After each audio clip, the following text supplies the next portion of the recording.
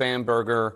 And whenever I bring up Mamdani as the future of the Democratic Party, people like Rahm Emanuel immediately change the subject to Mikey Sherrill and Abigail Spanberger, more moderate women with national security credentials. Do you think the Democratic Party is more Spanberger or Mamdani right now? I think that New York is its own place. Its own island, and I think Rahm Emanuel, when he pivots to centrist, there's a reason for that.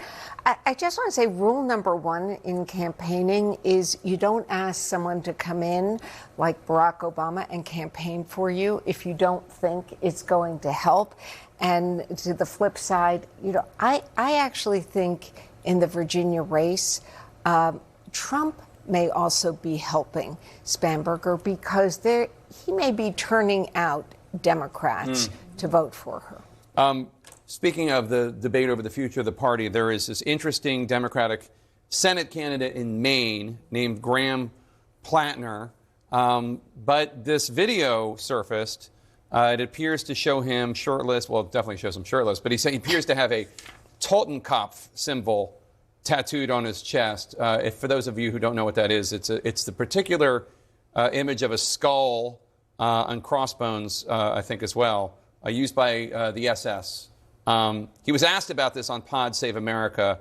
His response was, "I am not a secret Nazi." This campaign, by the way, is still cleaning up resurfaced Reddit posts where he spewed offensive views on black people, other social media posts. He's talked about like how he had PTSD after he got back. He's a veteran. Will he survive this, do you think? I'm not sure he will, but he does need to look himself in the mirror and just figure out whether or not he wants to continue. There's a lot at stake when it comes to the Senate, and I feel like Senate candidates are very different than gubernatorial candidates. It could potentially mean that whether or not Democrats take a hold of the Senate next year. And I think that one lesson from this is vet your candidates.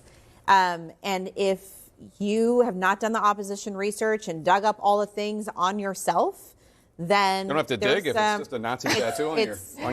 Yeah, you don't really have to. You don't have to dig. Look in the mirror. You don't have to dig much, right? But we are a year out from this race. Democrats do not want to be talking about this person as their nominee in 1 year. I can guarantee you. And so I think Democrats really need to think through: is this the money we're going to put behind? Is this man, or do we need to find an alternative at this point? Yeah, I will say that anytime you have to look up German insignia symbols on Google, that's not a good sign. That's not good for Democrats. The New York Times is reporting that the president wants the Department of Justice to pay him $230 million in compensation for all the criminal cases it's brought against him. He was asked about this in the Oval Office not long ago.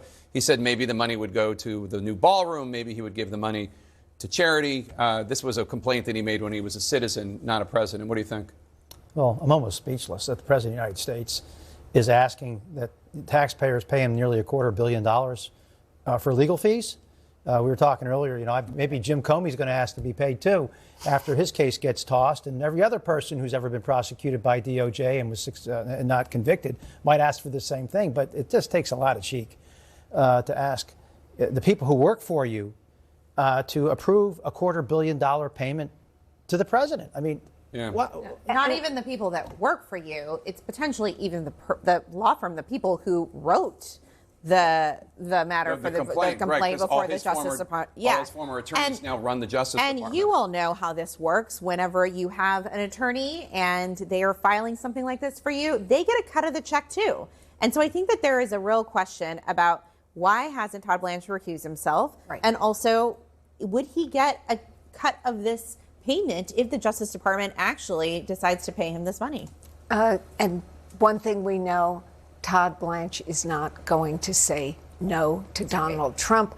I spoke to a former very senior justice official earlier today who said he really thinks that this may already be in the works. And to your point, it's not always public. Yeah, the only way to learn of this is through a FOIA request. And so if there is a settlement, the Justice Department won't say anything. Trump may potentially, he can't hold anything in, and so he may potentially say something. So the only way to move forward with this and to actually make it public is through FOIA. One example of this is through the child separation matter. There were a number of complaints that were filed and claims against DHS. The Justice Department settled those claims. Those were not public matters. Some of the attorneys came out and said, yes, we have received money from the federal government, but these claims are normally behind closed doors and not public. Always interesting. Thanks, guys. Appreciate it.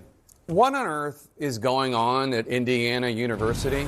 A new task force is being launched after the school decided to stop printing the student newspaper, and the school fired the newspaper's advisor. Hear how the school's leaders are trying to defend themselves against allegations of censorship. Stay with us. Eyes over Baghdad.